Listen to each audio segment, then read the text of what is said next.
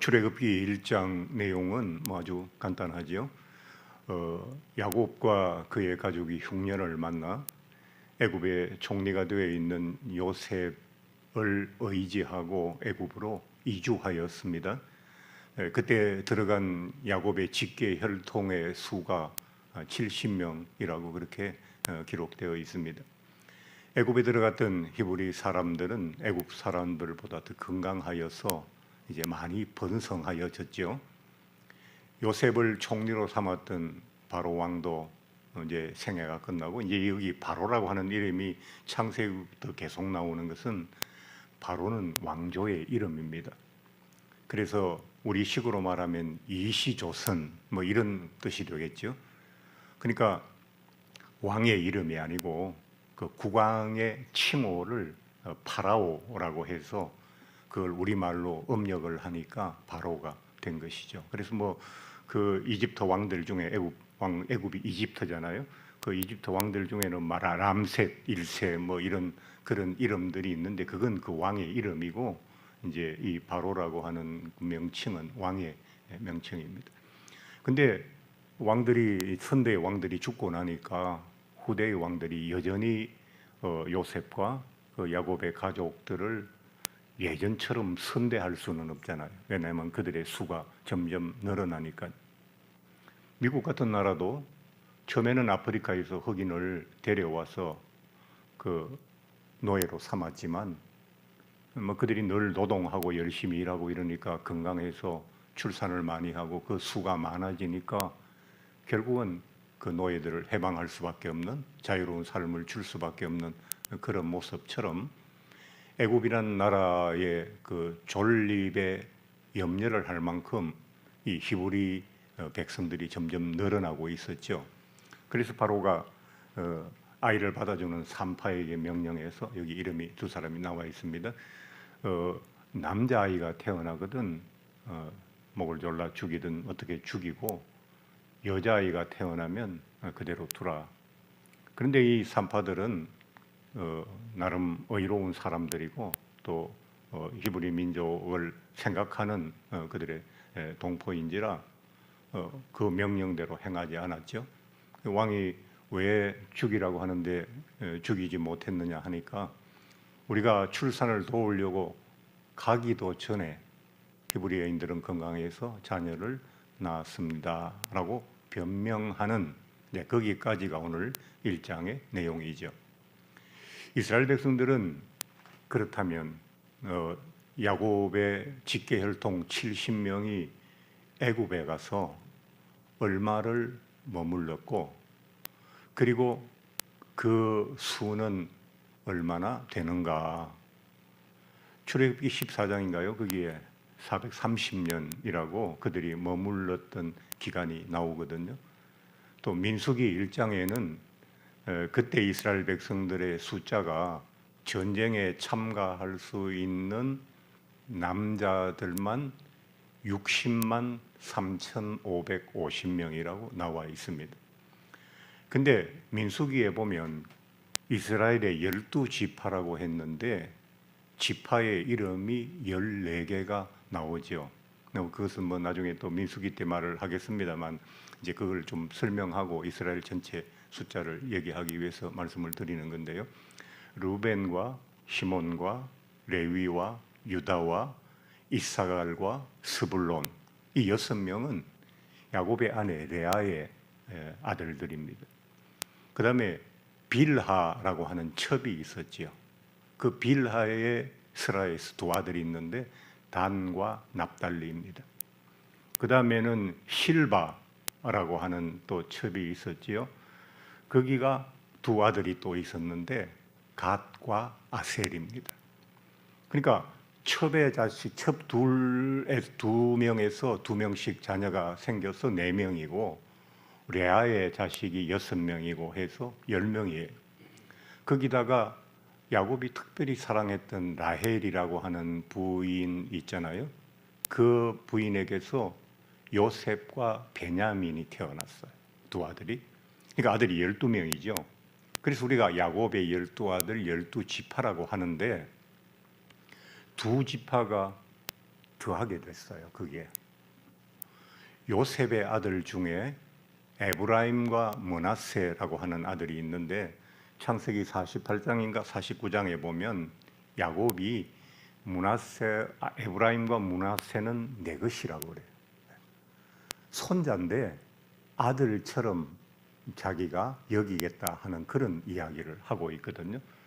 그래서 에브라임과 므낫세는 야곱의 아들이 아니고 요셉의 아들인데 이 지파에 들어가게 돼가지고 민수기 1장에서 보면 그 지파가 14개의 지파가 나오고 거기에 이 20세 이상 남자들의 숫자가 나오는데 그게 60만 3,550명이에요.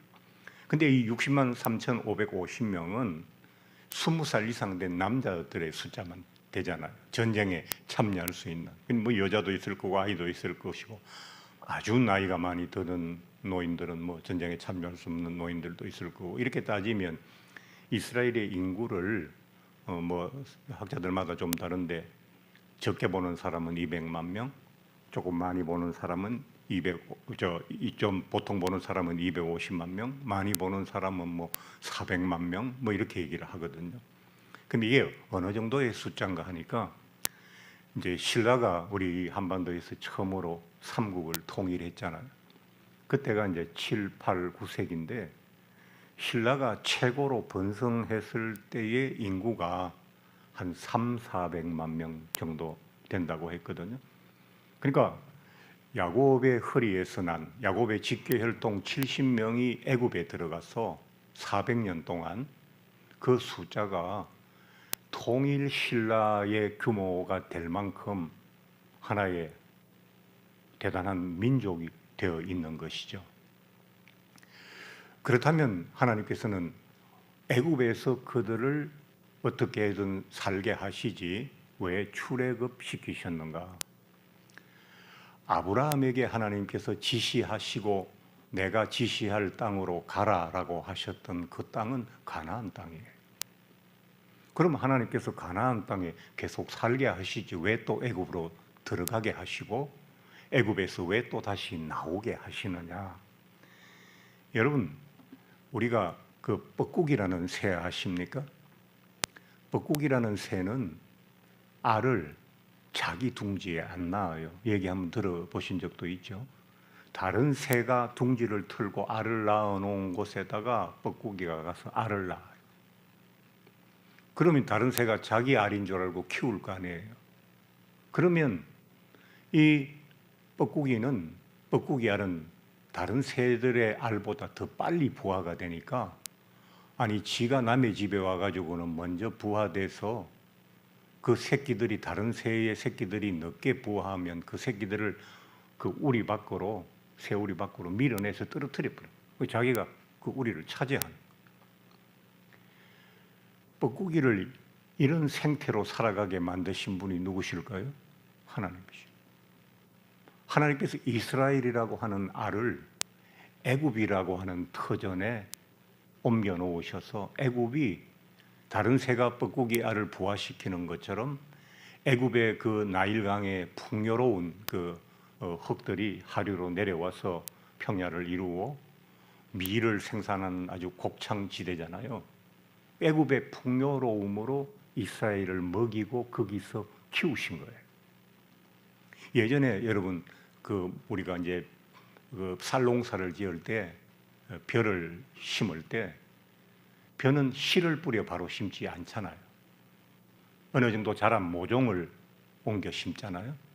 그런데 처음에는 어떻게 하느냐 하니까 소금물에다가 벽씨를 담가서 적당히 많이 떠오르는 것들은 죽정이니까 갖다 버리고 건강한 벽씨를 골라서 흙을 아주 채로 쳐서 부드럽게 하고 영양 있는 흙을 가지고 모판을 만들어요. 거기에 씨를 뿌려서 삭을 키워서 이 모내기를 할 수 있을 만큼 그걸 파랗게 키운다고요. 그래서 그 키워진 걸 어디다 옮겨요? 봄밭에다 옮겨 심잖아요. 그러니까 애굽은 이스라엘의 모판이 된 거예요. 애굽은 이스라엘이라고 하는 뻐꾸기의 알이 되어서 다른 둥지에서 자라나서 얼마나 자랐느냐? 뭐 250만, 300만 혹은 그 이상. 그렇게 하나의 민족이 되고 국가를 이룰 만큼 자라게 하셔가지고 원래 하나님이 이스라엘을 살게 하시려고 생각했던 땅은 가나안이니까 거기로 다시 옮겨 심는 거예요. 애굽에서 자란 모를 가나안 땅이라고 하는 원래의 땅에다가 다시 옮겨서 모내기를 하시는 것과 같은 게 이게 출애굽기의 내용이라는 겁니다. 그렇게 생각해 보면 하나님의 역사를 알 수 있고, 하나님은 아브라함에 대해서부터 이 이스라엘이 하나의 민족을 이룰 때까지 얼마나 많은 시간이 흘렀습니까? 믿음의 족장이 4대가 지나갔고, 그리고 애굽에 들어가서 400년이 지났으니까 뭐 거의 500년 가까운 긴 그 과정이잖아요. 하나의 민족을 자신들이 살아갈 땅에 심으시는데 하나님은 500년을 계획하시는 크신 하나님이시에요. 우리가 인생을 살아가면서 1, 2년 만에, 한두 달 만에 뭐가 잘 안 된다고 불평하고 원망하는데 하나님의 원대한 계획은 천천히 돌아가는 바퀴 같지만 그것은 정확하게 제 위치에, 제 시간에, 제 역할을 하는 그런 수레바퀴이기 때문에 우리는 일생이라고 하는 우리의 시간 전부를 하나님께 맡기고 하나님이 인도하시는 대로 그를 믿으며 나아가야 한다는 겁니다. 하나님께서 이 한반도, 우리가 한반도가 부속도서에 자리 잡고 산 지가 우리 민족이 5,000년이 됐잖아요. 뭐 어떤 분들은 단 지파가 우리나라에 넘어와 가지고 이 한반도에 넘어와 가지고 당군이 됐다 뭐 이런 이상한 얘기를 하는 사람도 있는데, 하나님은 우리 민족을 5,000년 동안 이 땅에서 이끌어 주시고 인도해 주셨다가 120년 전에 이 땅에 복음의 씨앗을 심으셨어요. 그리고 지금 조금 쇠락하기는 했지만 전 세계적으로 대한민국 같은 기독교의 흥황한 역사가 없었고, 많은 종교들, 불교가 얼마나 뿌리가 깊습니까? 유교도 들어왔고 공자도 있고 맹자도 있고. 그러나 그 가운데 우리 기독교 신앙이 자리 잡아서 이제는 우리 대한민국 방방곳곳에 교회 없는 곳이 없잖아요. 이는 하나님의 위대한 긴 역사거든요. 하나님이 이스라엘만 인도하시고 사랑하신 것이 아니라 우리도 이스라엘 못지않게 사랑하고 기억하시고 우리를 위한 원대한 계획이 있으시다는 사실을 믿을 때 요즘 우리가 우려하는 많은 현실 가운데서 해방될 수 있고 우리가 좀 더 평안하게 살아갈 수 있을 줄로 믿습니다. 오늘 말씀의 두 번째 이야기는, 교훈은 뭐냐 하니까 그 어려운 시대에 얼마나 참혹합니까? 자식을 낳았는데 그 당시는 또 아들 선호가 뛰어났던 데 아닙니까? 고대 사회는 아들이 없는 부모는 약간 떨어진 년이거든요. 누구에게 당해도 보복해 주거나 지켜줄 아들이 없는 부모, 그건 굉장히 불쌍하게 여기는 거였거든요. 그런데 그 아들을 지켜주시는 하나님의 은혜, 그걸 못 누리잖아요. 귀한 아들을 제가 10달 동안 뱃속에서 키워서 출산하는데 나오자마자 죽여야 되는 참혹한 현실이 있었잖아요. 물론 나중에는 이제 나일강에 던져넣는 더 무서운 일들이 일어나긴 하지만 이 아들을 죽여야 하는 일을 막아 쓴 사람들이 누굽니까? 이스라엘의 그 위대한 어떤 지도자들도 아니고 뛰어난 인물도 아니고 훌륭한 직업군을 갖고 있는, 이스라엘 백성들 가운데서는 노예이지만 또 노예장도 있을 거고 노예 최고 책임자도 있을 거고 나름 노예 생활을 하지만 힘 있는 사람들도 있을 거 아니에요. 그런데 그런 모든 사람을 다 쓰시지 않고 누구를 썼죠? 산파를 하나님께서 사용하셨어요. 그러니까 어떠한 참혹한 시대에도 하나님은 의로운 사람들을 두시고 그 사람들을 통해서 그 시대를 도우시고 또 이끌어 나가시는 하나님이시라는 사실을 우리가 본문을 보면서 또 알 수가 있는 겁니다. 여러분, 우리가 하나님의 은혜와 원대한 계획을 믿어야 하고 우리 자신이 그런 의로운 역할을 하는 의인들이 될 수 있도록 하나님께 기도해야 할 줄로 믿습니다.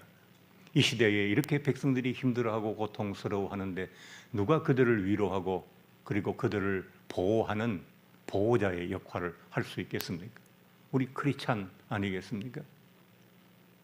뭐 할 말은 아니지만 모 기업의 유명한 SNS의 최고의 기업의 수장인 사람이 그렇게 많은 돈을 갖고 있으면서도 160개의 반개 기업을 갖고 있으면서도 또 돈을 더 모으려고 하다가 지난번에 구속되고 그랬죠.